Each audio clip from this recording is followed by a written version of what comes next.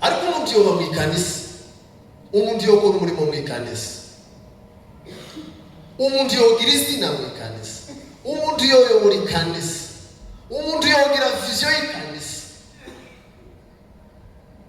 ariko ubwo buzima bukenewe ntabwo yogira.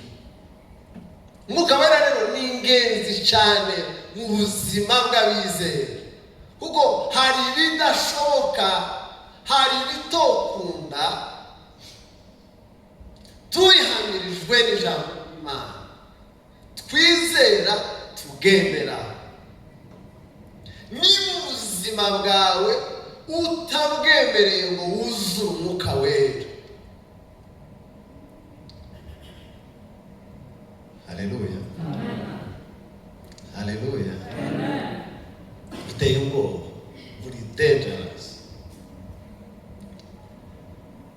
Reka mvuge kuri uyu murimo Umwuka Wera, wenda nibwo dushobora kuzumva.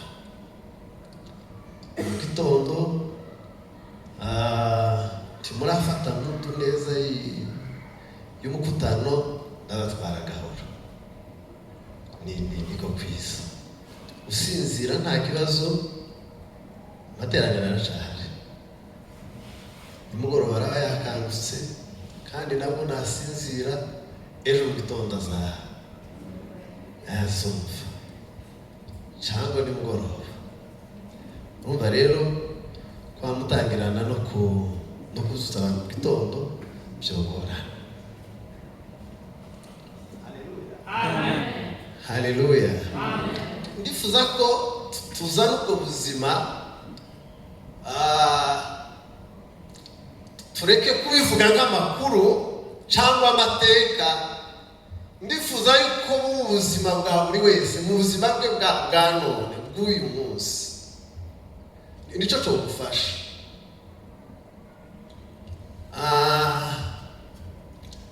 Hari abemeza ko itorero ryavuze umunsi wa Pentekoste, abandi bigisha bakavuga toya, itorero ntiryavuze umunsi wa Pentekoste, ahubwo itorero ryavukiye ku musaraba. Hanyuma muri Pentekoste Umwuka Wera aza kurimurika. Izo ndizo bipaka. Icyo tuzi nuko Umwuka Wera arakora kandi n'itorero rirahari. Haleluya, amen. Ni kw'Imana Umwuka Wera arahari, ari mu buzima bw'abantu. Hari umuririmbyi waririmbye mu ndirimbo z'agakiza no muri wokovu, aravuga ngo nukuri yatugezemo kandi basigaye abana natwe. Nta kiramakuru, nta kiramasezerano. Mu isezerano rya kera barangizaga umunsi w'umwana, barangizaga ko bazoheruka, ariko kuri none uwo Mwuka Wera yaraje ko arakora umurimo. Sinzi aho azawurangiriza, ariko hari umunsi azaje kumurika Imana na Kristo, ababwire ngo babandi mwampaye ngaha. Haleluya, amen. Bifuze nawe kuzaba uhari, niba uri kwemerera Umwuka Wera kugira ngo muri kino gihe cya none agutungane.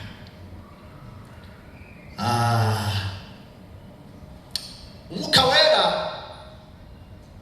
ni Imana mu bantu, ni Kristo uri live muri twe, ni Imana kuko Imana ibera hose icyarimwe. Mu isezerano rishya Yesu yagendanye n'abigishwa ari Imana, akababwira ngo ndi Imana, bimwe ntibabishikira. Ariko kugira ngo abe mu buzima bwacu twese kandi mu buryo buri live, mu buryo buhari, bisaba Umwuka Wera. Kamuge mu bitu wenda bikeya, Umwuka Wera akora ku buzima bwacu. Icyambere, Umwuka Wera yaje kugaragaza cyangwa guhishura Kristo muri twe.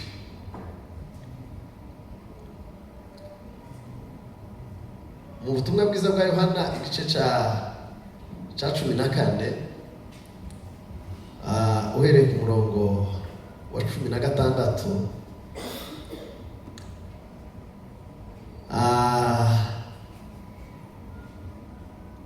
Yesu yaravuze ngo ni mumvunda muzitondera amategeko yanje nanje nzasaba data azaba undi mufasha wo kubana nawe ibihe byose niwe mwuka w'ukuri ntibishoboka ko abisi bamuhabwa uko batamurora kandi batamuzi ariko mwebweho muramuzi kuko abana nawe kandi azaba muri mwe sinzabasiga nk'imfuzi ahubwo nzazaho muri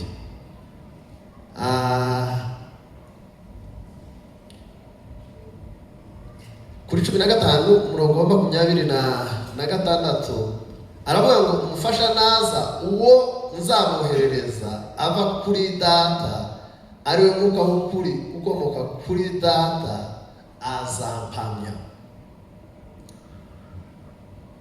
Ikireka ndeke kugishira mu buryo bushobora kugora imyumvire.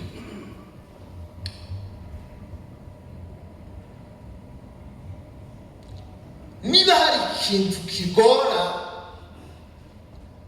ni uguhishurirwa Kristo, kuko Yesu ndiwo mwiga mwitahura, Yesu ndiwo mumenya kubera wamwikanisa cyangwa wasomye amakuru yiwe. Niyo mpamvu uyu munsi Yesu abantu benshi bagira siwe Yesu. Bamwe bamufata nk'amakuru k'Imana iriyo ngiyo gusa, ariko kugira ngo abe Yesu mu buzima bwawe bwuzuye akora icyo yaje gukora ku buzima bwawe, bisaba Umwuka Wera. Haleluya, haleluya, haleluya. Umwuka Wera aza yungurura imitima, aza afungura imitima kugira ngo yakire Kristo, yumve Kristo. Hari umunsi ngo Pawulo yariko abwiriza ubutumwa i Filipi, kandi yariko abwiriza ku bagore b'abacuruzi b'abakire. Igihe bari kubwiriza ubutumwa, ngo umutima w'umudamu witwa Lidiya ngo urakinguka, uruguruka, amatwi ye abasha gusobanukirwa. Haleluya, haleluya. Abasha kumva ibyo bari kuvuga. Umwuka Wera azadufasha kumva iby'Imana. Umwuka Wera azadufasha, azafata ijambo ry'Imana iri dusoma akaritwumvise, kubera yuko hatarimo uruhare rw'Umwuka Wera ntawuza wumva ijambo ry'Imana. Reka mbaye izindi ngero zibiri. Haleluya. Umunsi wa Pentekoste Petero ahagurutse ahamya Kristo wa wundi babanaga. Tiyavuze teoloji nyinshi. Yarababwiye ngo wa wundi mwabanza Imana yaramuzuye. Haleluya. Niwe uri gukora uyu murimo. Icyo yari yaje gukora kwari ugucungura abantu. Ngo agitangiye kuvuga ayo magambo ngo abacumita mu mitima abantu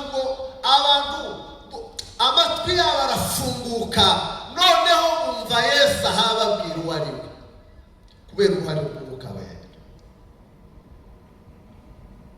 Icya kabiri, ijambo ry'Imana Bibiliya zitubwira ngo ibyanditswe byera byose byahumetswe n'Imana. Ni pumzi ya Mungu. Ubundi abanditsi ba Bibiliya ni babiri.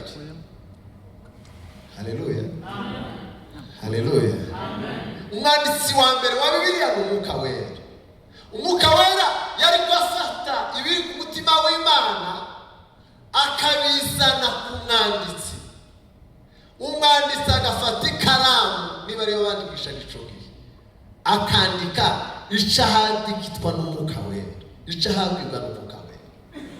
Iki ngiki rero cyanditswe impumeko y'Imana nta muntu woyumva kubera siyansi. Abadamu kera ngo bageza baje kubwiriza agasoma ngo akavuga ngo ni Kinyarwanda mwese mwiyumviye. Oya ntibaba bumvise. Kuko haleluya. Amen. Haleluya. Amen. Nuko rero abadamu tibageza babwiriza cyane, bagabo bari barabaryamiye ruguru.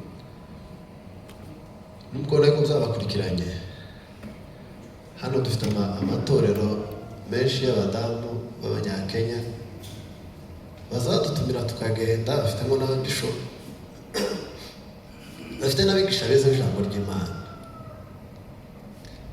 Ariko cyamana dukoreye urutonde kuri Siberika, abadamu dufite ni benshi, ariko ababwiriza ni bakeya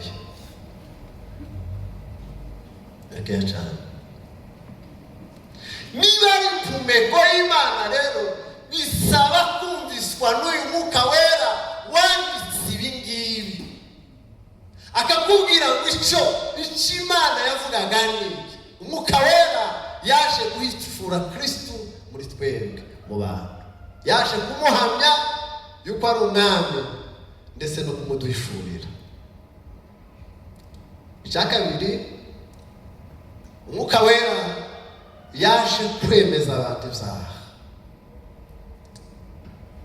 Iki kiragoye cyane kucumva. Kuva umunsi umuntu atandukana n'Imana, hari umwuka winjiye muri we wo kutiyemeza ikosa. Murazi umunsi Adamu acumura akava mu maso y'Imana, Imana yaramuhamagaye mu gice cya 3:8. Imana ngo ihamagara uwo mugabo iramubaza ngo Adamu uri hehe? Arasubiza ngo numvise imirindi yawe ngo ndihisha. Imubaza ijambo rya kabiri, iramubaza ngo ese wariye ku giti nakubujije? Tiyasubiza ngo yamusubije gute? Yatunze ku mugore. Haleluya. Haleluya. Kuva uwo munsi abakomoka kuri Adamu twese usize umurimo w'umwuka wera wo twemeza ibyaha, nta muntu uzawemera icyo yakoze. Habe n'akana gatoya kataramenya andi mahimba yose, kaza gatangirira ku mahimba amwe gusa yo kutiyemeza ikosa. Muri mwe hari wigeze arya isukari? Twarahiriye cyane. Twarahiriye cyane. Naje ko ndabyibuka. Wageze uhakana n'isukari kiranuka. None akana gatoya gato cyane kataramenya andi makuru, isukari kiri ku kanwa uko kavuye mu cumba. Ninde wapfumuye twara dusashe? Ninde wapfumuye kariya gasashe? Kamakara isukari rahangana. None iyo isukari kagatangira kwangagura kakavuga ngo seje kubera na akafuka kwa Adamu, na kusuka kwa Adamu.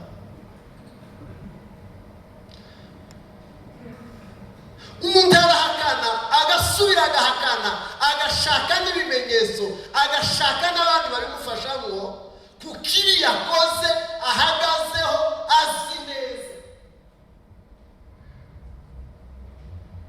Ariko Yesu yaravuze ngo haleluya, uwo mwuka w'ukuri naza ngo azatsinda ab'isi ngo abemeze ibyaha. Azatsinda ab'isi, nta mugabo uzihagarara, habe n'umugabo w'umunyamurenge uzi kwihagarara. Barabizi cyane, uzi kwihagararaho. Iyo umwuka wera yaje akagera mu mutima we, azafungagura za mbaraga zose na cya cyubahiro cyose n'aya mahame yose akamutsinda. Haleluya. Akamutsinda, akubarara, amarira akamanuka, akavuga ngo ni jewe, iki ni jewe. Umwimerere w'iri jambo kwemeza bisi icyaha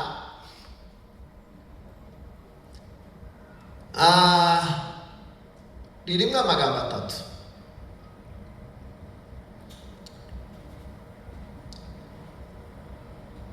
Mu Cyongereza ni convert, mu Gifaransa ndagira ngo ni ukonvenka abantu, ni conviction. Ririmo amagambo atatu. Ijambo rya mbere ni kwemeza umuntu ikibi yakoze, ni ukumwexposa ku kibi yakoze neza akacumva.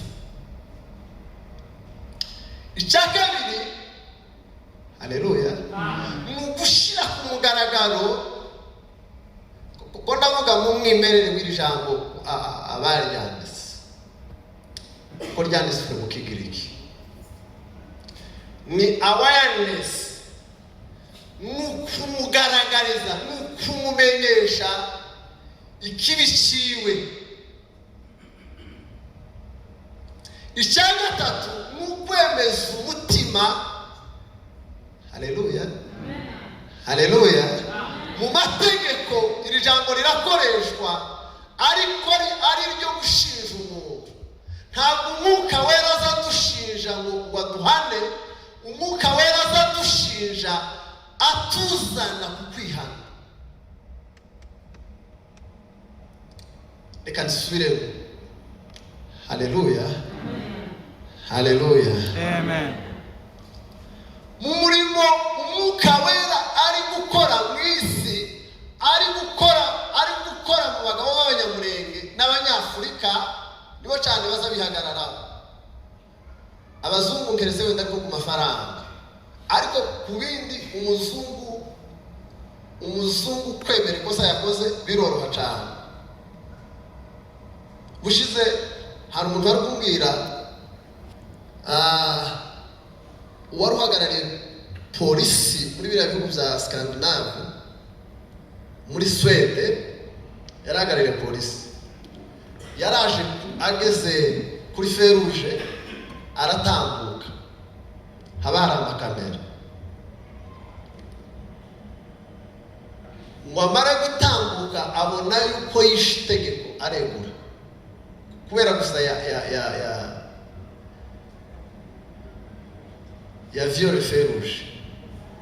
Ririya tara ry'umutuku riza rihagarika imodoka, murazibona namuge mu mujyi, ririya tara gusa ry'umutuku.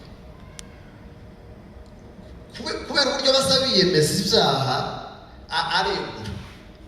Wari uhagarariye polisi, ariko ari ku Myafurika, tekereza yuko no kumuvuga ntawe umuvuga. Uyu murimo w'umwuka wera wo kutwemeza ibyaha, ni ukubitugaragariza, ni ugushinja umutima, ukamubwira ngo nubwo wakimeraho amazi, nubwo ntawakubonye, nubwo nta bimenyetso bihari, ariko cyane iki nicyo, nubwo wocita cyiza ariko ni kibi, kandi akakikwemeza atari ukukubuza amahoro, akakikwemeza atari ukukurimbura, akakikwemeza gukururira mu mbabazi z'Imana. Haleluya, haleluya. Bwana asifiwe sana. Amen. Asifiwe Yesu. Haleluya. Nta wundi wagufashe, ari iriya kure mu cyaro, ari iriya hatari undi wa n'umwe n'umwe.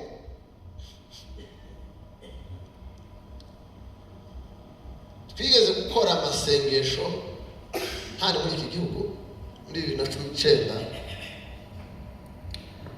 Hari umuntu wari warize umwana w'ihene muri 70 76.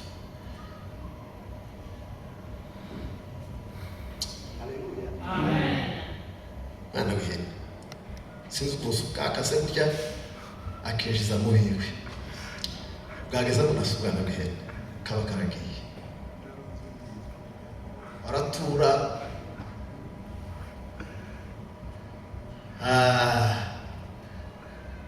haleluya ko murakeka ko ari umunyabibwembe cyangwa n'abanyamurera niba batagira umwuka wera nimureke gukereka aratura kandi yari umunyakanisa cyane akurira amasengesho ayobora ibiterane muri iki gihugu turi mu masengesho. Asifiwe Yesu. Umwuka wera amuzanira kakana k'ihene ko muri 76 hagati yo muri 76 no muri 2019 hari imyaka 40. Icyaha cyo muri 40, icyaha cy'imyaka 40 akibona k'icyo yaraye akoze uwo munsi. Amarira aramanuka menshi cyane, ananirwa kwiyumanganya, ananirwa kwihangana. Umwuka wera n'uwo murimo akora niwirengagiza umurimo w'umwuka wera. Haleluya.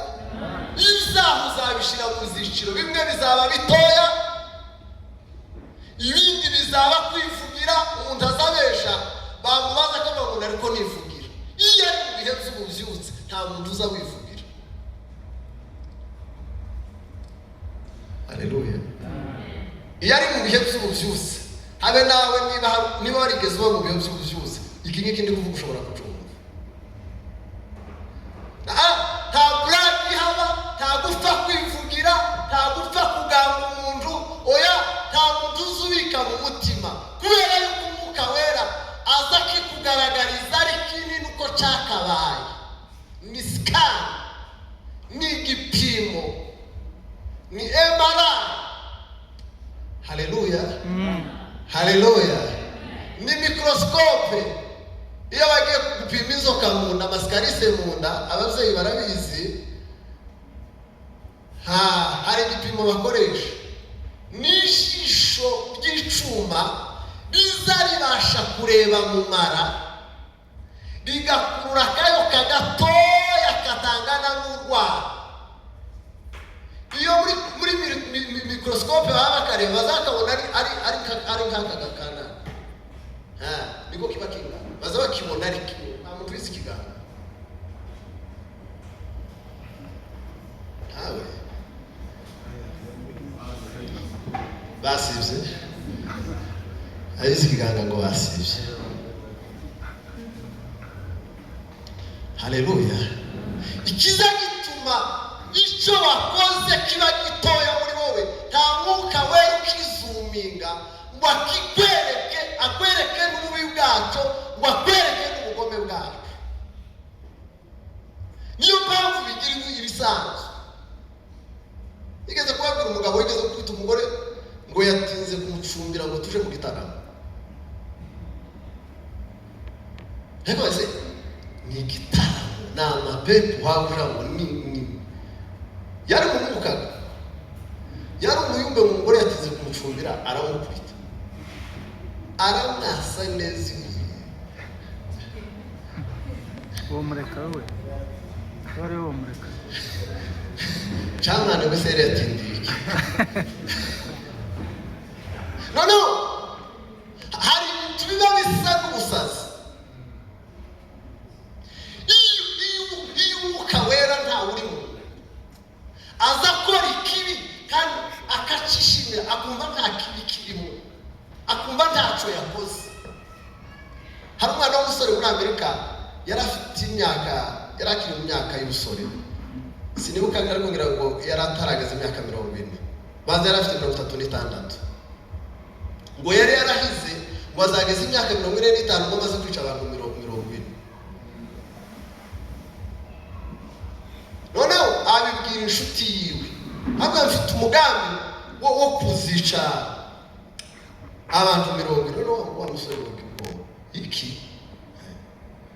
ngo abona zo bivuga bari batangirira aramubasa arasuwa kabiri arasuwa gatatu arasuwa kane arasuwa gatanu baramufata ngo bamufate baramubaza niki kiza gituma wica abantu arabwira ngo iyo maze kurasa umuntu ngo nkabona uburyo ahayigaragura mu maraso ngo zanuva umutima wanje uwe neza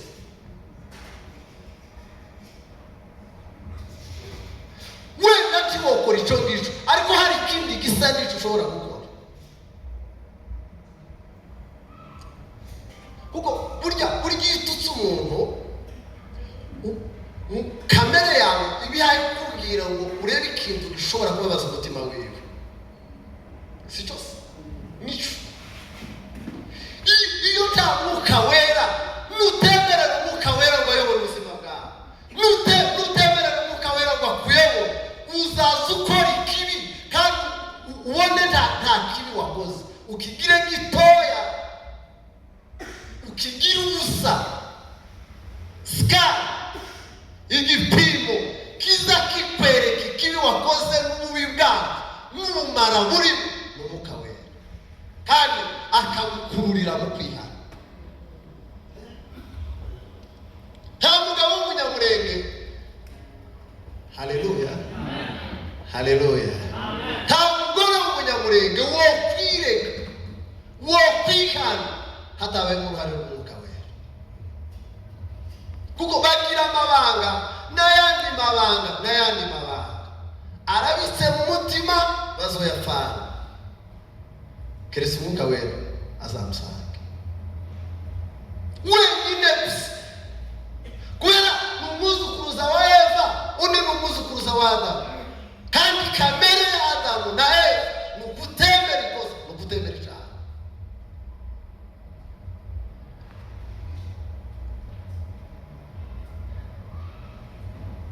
nimebatizwa katika Roho, shangwe ya mbingu imo, moto moyoni, pia kinywani na shuhudi ya pendo lako. Yesu ni wimbo,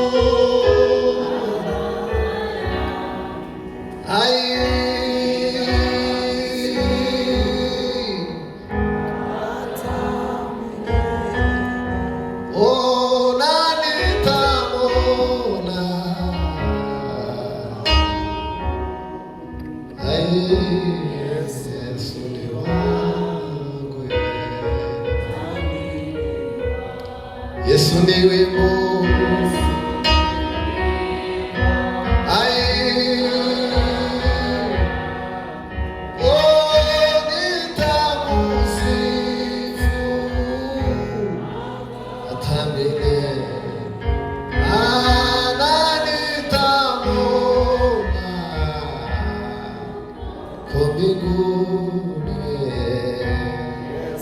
Yesu ni wangu,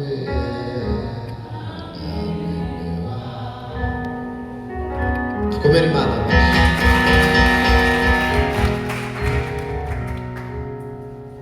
Iyo amaze kutwemeza ibyaha akurikiza umurimo wa gatatu wo kutuzara nk'abana b'Imana, tukazarwa mu mwuka. Bibiliya izivuga Yesu yaravuze ngo nukuri muri Yohana 3:5-6, umuntu natazarwa n'amazi n'umwuka ntashobora kubona ubwami bw'Imana. Nukuri umuntu natazarwa n'amazi n'umwuka ntashobora kubona ubwami bw'Imana. Umurongo wa 6 aravuga ngo ikizawe n'umubiri n'umubiri, n'umunyamurenge n'umwega, kavuga ibisekuruza byaje, ariko histoire ikarangirira aho ngaho. N'umunyamurenge n'umunyazinshi, histoire ikarangirira aho ngaho. Nizo azakora n'iz'umubiri. Umuntu azakora ikintu, azavuga ikintu, bakamureba bakavuga ngo keretse utazi ukomoka kwa runaka, n'umunyamubiri azasa no kwa sekuru, akavuga ko kwa sekuru niba waba ari ibirara ni ikirara, niba ari abajura bashobora kwiba, ariko bikizawe n'umwuka. Haleluya, asifiwe Yesu. Ikizawe n'umwuka, umwuka wera yaje gushitsa icyari mu mugambi w'Imana cyo gukura abantu mu mubiri bagahinduka abana b'Imana. Bibiliya iravuga ngo umuntu yari muri Kristo Yesu ni icyaremesha, ni ikindi kiremwa, n'uwundi muntu, si wa wundi usanzwe.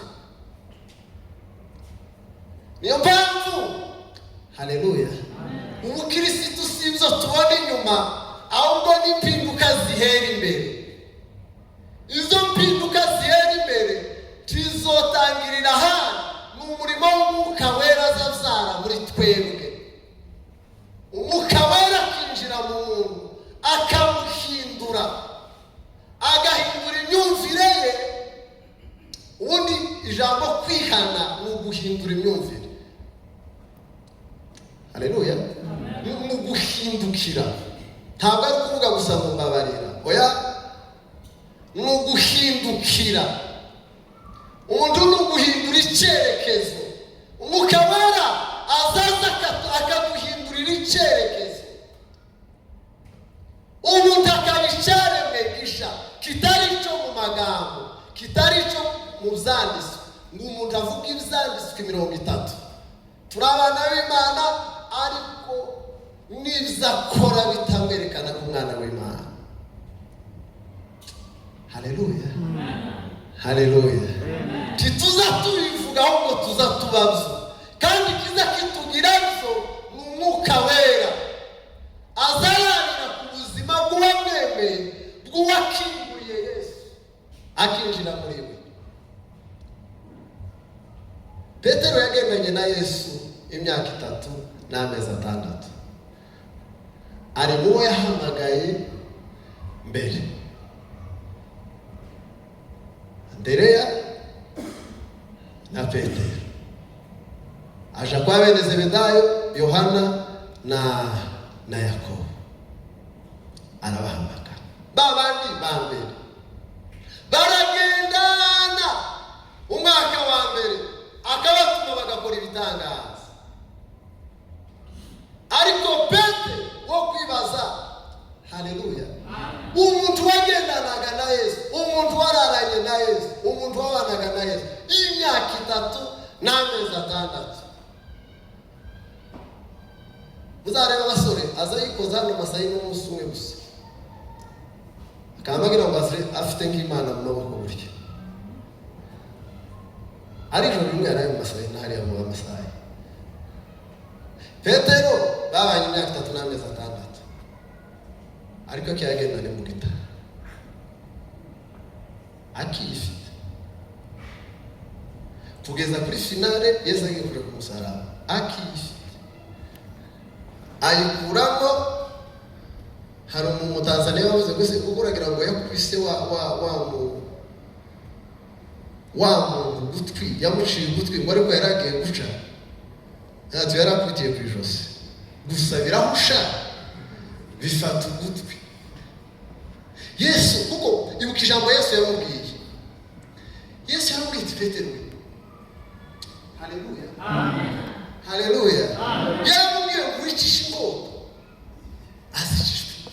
Petero we, uracyari umwicanyi, ni iminsi yose tumara uzi cyari kitaraba. Haleluya. Yari yarizeye Yesu ariko ubuzima bw'impinduka bwari butaraba. Uzobamikana imyaka yose uzaba ariko impinduka ntizizaba keretse niwemerera umwuka wera, niwemerera kuzura umwuka wera. Umwuka wera agatangira umurimo wo kuguhindura. Haleluya. Ikanisa ribamo abajura. Bushize hari seminari hano Nairobi. Yari seminari y'abapasiteri gusa yonyine, hatari n'undi muntu. Sinzi ukuntu bahagurutse telefone irabura, nta wundi muntu wari uhari. Ariko abapasiteri tu peke yao telefone irabura. Dusopa abapasiteri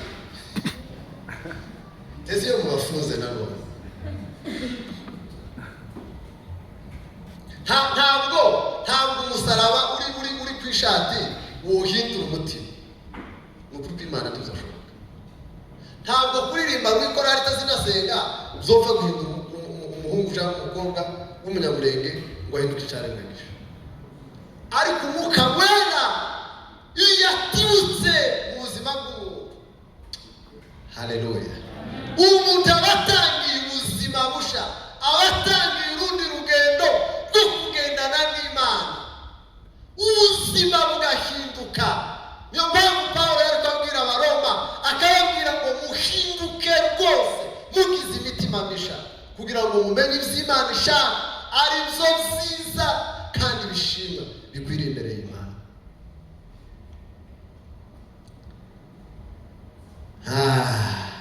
Ndenda gusoza. Haleluya. Chaka n'umwuka wera yaje gukora, yaje kuba muri twebwe. Pawulo yabwiye Abakorinto arabwira ngo se ntimuzi yuko yonyine biki. Soma mu Abakorinto ba mbere niba iyo kaye tariki ya matematike 6:19.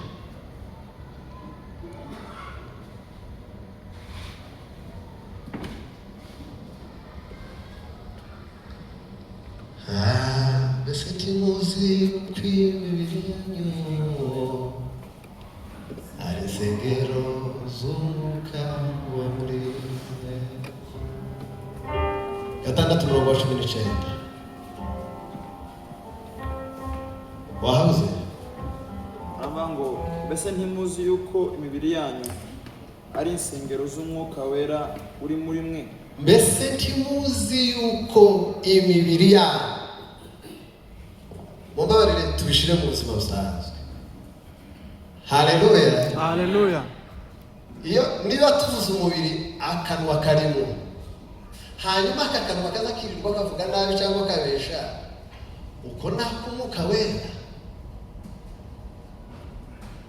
Uyu mutima uzi utekerereza abandi bibi, wuzuye inzika n'inzigo, ni kanisa ry'Imana y'umwuka wera.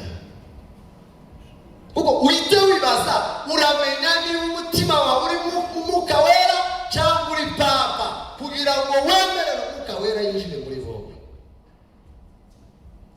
Soza umurongo.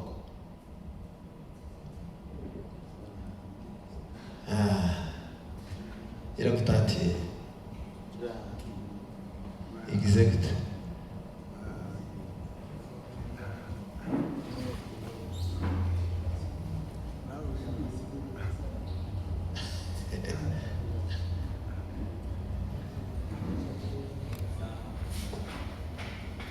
Sinakubwiye ngo uzogure Bibiliya. Ndashite nahisize gusa. Wahisize? Si muri siporo.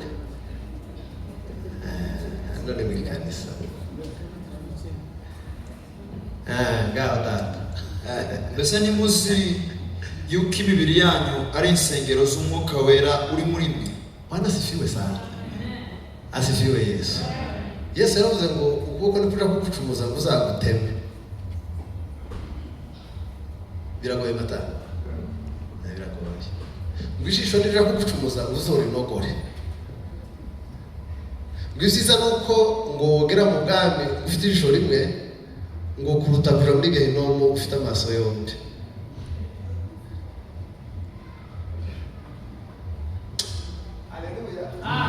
Haleluya. Nawe uhite utekereza bishire mu mwana. Timuzi yuko umwuka wera samakuru, umwuka wera sukuzu. Umwuka wera sukutangarira n'ibisigo 15. Umwuka wera nta nubwo guhanura. Umwuka wera ubuzima bw'Imana muri twebwe. Haleluya. Umwuka wera n'Imana muri twe. Timuzi yuko imibiri yanyu ari urusengero rw'umwuka wera. Urebe habe no mu ikanisa gusa abantu bazava bacumi gusa mu ikanisa uwo bicaranye gusa aramubwiye ngo igirayo watambuze akabira protokolo wampaye ku mazi umuza muyizanira ni mu ikanisa nta muntu uracumurira mu ikanisa ngo byumve. Twemere umwuka wera abe muri twe, apana kuzumvisa amakuru, apana kwitwa abakarizmatike, abapantekote bo ku gitabo no kwizina. Umwuka wera yaje kuba muri twe kugira ngo ingingo zacu zibe izo guhimbaza Imana. Sikumuri bibyara bibye yaravuze ngo none maso yaje nawe matwi none maso yaje nawe matwi nawe munwa waje mu wese mushimishe kuye mugoye zaremwe byose. Hari umugabo twari duturanye yicaranye baravugaga ngo ikinyoma kimwe atagira gusa ngo ijambo rimwe azavuga ry'ukuri ngo nimwaramutse ryo ngo ryo atarabesha mwaramutse ariko yakubwiye ikindi cyose kandi akayobora amateraniro mu kayacanga neza. Ingingo zacu nizo guhimbaza Imana. Niyo mpamvu Petero ari kubwira n'abadamu akababwira ngo imirimo yanyu si umusatsi, si inzara, si amaherere n'amasheneti. Umurimo wanyu muhera imbere kuko habe n'umusatsi wacu ukwiriye guhimbaza Imana. Haleluya. Amen. Niba umusatsi wacu ukwiriye guhimbaza Imana irebe imyenda ikwiriye gukora iki? Kuko uyu ni kwambika ni urusengero rw'umwuka wera. Dukura ubukirisitu mu magambo tuzane ubukirisitu mu kuri ariko ntibushoboka utemereye umwuka wera ngo akuyobore, utemereye kuzura umwuka wera.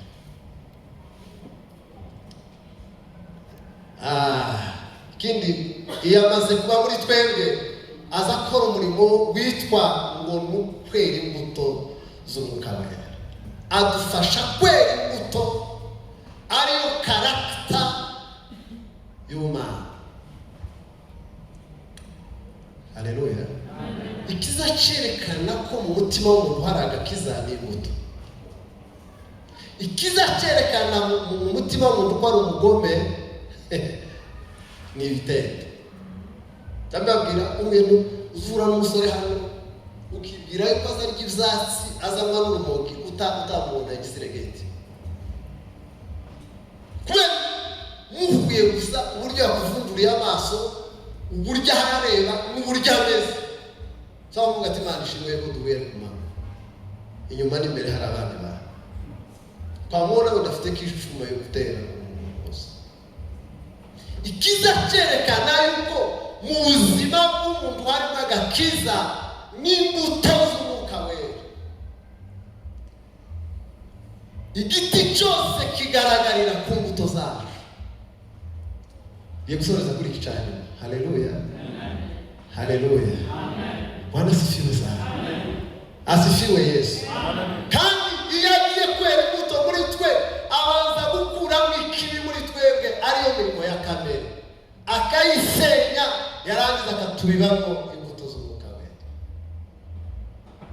Ni ikimenyetso cyo gusa na Yesu. Cyanyuma acho soreje kugira ngo dusenge, Mwuka wera aduha imbaraga zo gukorera Imana, aduha imbaraga zo gukora umurimo. Bibiliya yatubwiye ngo icakora muzahabwa imbaraga, Umwuka wera nabamanukira. Abagabo yari amaranye nabo imyaka 3 n'amezi 6, cyama tiyabemereye kuja gutangira umurimo, tiyabemereye kuja kubwiriza ubutumwa. Yarababwiye ngo munindire ngo kuzageza igihe muzambikirwa imbaraga zivuye hehe?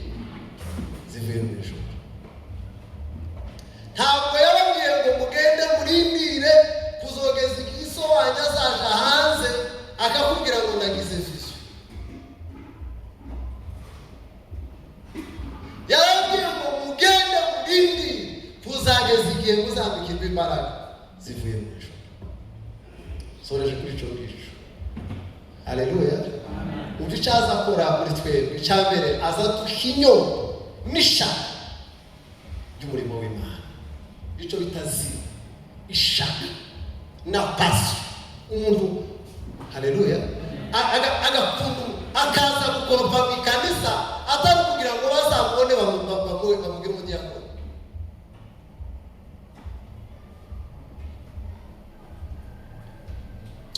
Haleluya. Harantu nasanze bari kubatora abadiyakoni mu ikanisa. Noneho abashumba bahaye baja impaka harya. Hari umwe bari ko bazana. Ahandi bakamubwira ati mushumba yaramukunze. Ariko abandi bakamubwira ngo nta munsi n'umwe turamubona agira umurimo akora mu ikanisa. Ariko iyo yaramukunze. Umwuka usibiza umwuka wera. Timubona ukuntu abantu baza bikura mu murimo w'Imana. Timuri mukubona ukuntu abantu bari gusigana mu murimo w'Imana. Timuri mukubona hano gukoropa uburyo bigoye. Uburyo bigoye. Mu buvyutse abagore bageze batanguranirwa mu kuja gushaka ibyatsi byo gutegura no gusasa. Bakaza bahurira na rika bataha. Iyo ari mu buvyutse. Iyo ari mu buvyutse. Bagakomereza abashitsi bakabagaburira nta waje gukoza ifu bikaza byinjirana. Size se waba muzehe nawe nyine ngo bari kuja kumutora ku pasiteri ngo acumbisha imitsi 9 ku 9 kandi umutsimo w'abantu 3 ku bantu 9. Impamvu muri mukubona bicuritse habe muje kubikora, hari akandi kantu mu mutwe no mu mutima ashakisha abantu babimenye, abantu bamukomera amashi, abantu bamushime, abantu bamenye yuko nawe ahari. Tugitangira gusenga umusore twajana yari umugabo, noneho uko tugeze mu gitaramo agashima, noneho akavuga ngo inyoni kiguse kitavuze woza shiti cyane. Tuva ntigabishana mu buryo bw'umwuka. Noneho ndamaze se we kuri ushima ikinyoni kiguse kitavuze woza shiti cyane. Kuriya wavuze kugira ngo tumenye yuko uri mutu. Kurumva yuko ari uburyo bw'umwuka. Haleluya. Bwana asifiwe sana. Asifiwe Yesu. Icyakora muzahabwa imbaraga za mbere umwuka wera azashira mu bantu, n'inyota n'ishaka n'umuriro wo gukunda gukorera Imana. Atari ubazo bihemberwa, ari ukunyine n'ugusunika. Twagera ku bakorari ukavuza induru, wagera ku badiyakoni utarisimbiza. Zagera ku ifaranga. ifaranga zo mu ikarisa nizo ziza zigira imibare myinshi, nizo ziza zitwa iz'ibitoro ngo bitagishira mu ikarisa, nizo ziza kandi uwo nguwo wakubwira ari ku mbuga 10 zo gutwerera kandi bamatazi, ariko zabi zo gukorera Imana uzi impamvu nta kindi na kimwe kirimo mu mutima wumye utakirimo gatonya n'umwuka wera. Imana yuzuza umwuka wera. Haleluya, haleluya, haleluya, asifiwe Yesu. Ibitotsi biri mu kuba amateraniro n'umutwaro ukomeye, amasengesho yo tuyavuge. Uwo utamusenga Bibiliya yo tuyivuge yuko yoyisoma. Umwanya wo gusenga n'umutwaro ukomeye, ariko iyo hari umwuka wera azashira mu nzara n'inyo akumva yahagijwe no gushaka Imana. Muri ibyo yaravuze n'umwanditsi wo muri Zaburi, aravuga ngo uko imparakazi yahagizwa no gushaka imigezi, ngo ni mu mutima wanje wahagizwa no gushaka Imana. Avuga ijambo nkunda cyane. Haleluya. Aravuga ngo umutima wanje ufite inyota ngo kuruta igihugu kiwijwe n'amapfa. Umutima wanje ufite inyota y'Imana kakurya kw'igihugu kidaheruka imvura, gitegereje imvura.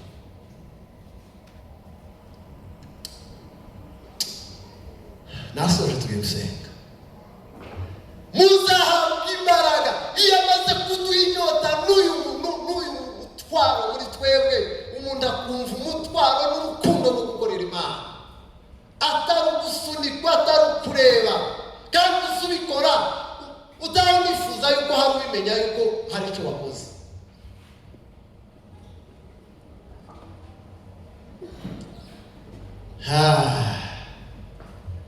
Azayinjira agakangura ubushobozi buri muri wowe. Niyo mpamvu Pawulo yari kubwira Timoteyo ngo ndakwibutsa gusesa impano. Haleluya, haleluya. Ndakwibutsa gusesa impano y'Imana iri muri wowe, ngo iyo waheshejwe ngo umunsi bakurambisa ibiganza. Aha ngaramubwira ngo tukayirengagize, kubera yuko kwirengagiza icyo Imana yashize muri wowe. Ni wa wundi Yesu yavuze ngo ni umugaragu mubi, yaravuze ngo nimufate ngo muje kumuta hanze, ngo azarira ngo akahekenyera amenyo. Nta kindi cyaha yari yakoze, nta rumogi yari yamuhoye, nta nzoga yari yamuhoye, nuko icyo Imana gusa yari yamuhaye indi yari yacirengagije. Haguruke tugiye gusenga, haguruke tugiye gusenga. Pawulo yabwiye Abaefeso mu gice cya 5 ngira ngo umurongo wa 18, arabwira ngo ntimugasinde inzoga, ngo ahubwo muzure umwuka wera. Itorero rikoreraganaho gushira kubera kwirengagiza umurimo w'umwuka wera. Itorero koriraganaho gucika, koriracika kubera iki? Sukura abantu sino kubura abayoboke, oya, aho kwirengagiza, kudaha umwanya umwuka wera ngo akore mu buzima bwawe. N'ubukristo bwo buracika. Kuko umukristo ni umukristo niyinga kubera yambaye umwenda wa niyinga, yasokoje neza, yadodesheje neza, ariko nasohoka nava hano ubukristo bwaracitse.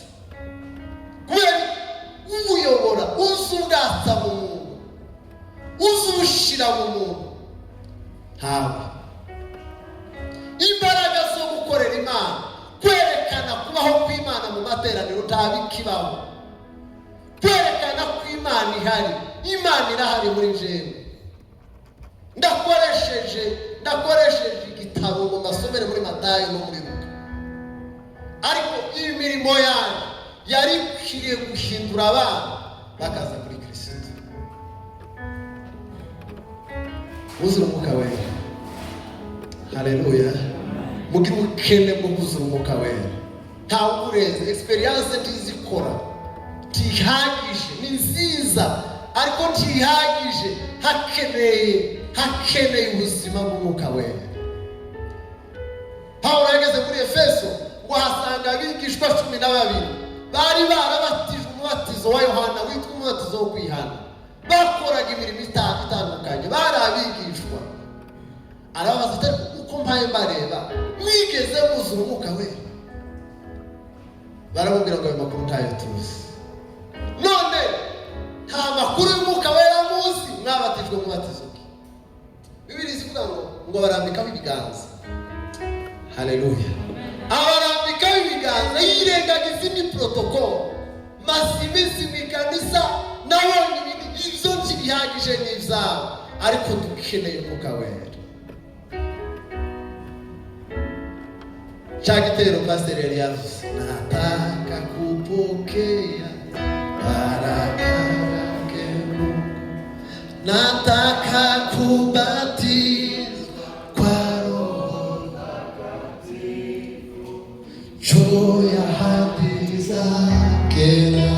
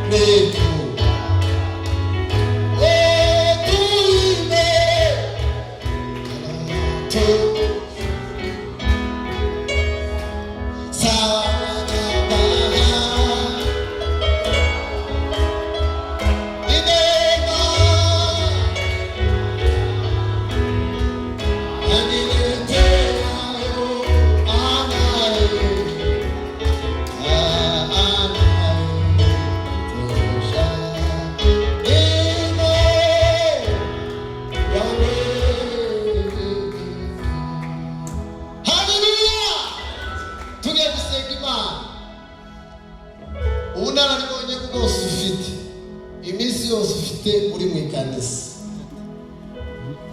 uracakeneye kuzura umwuka wera.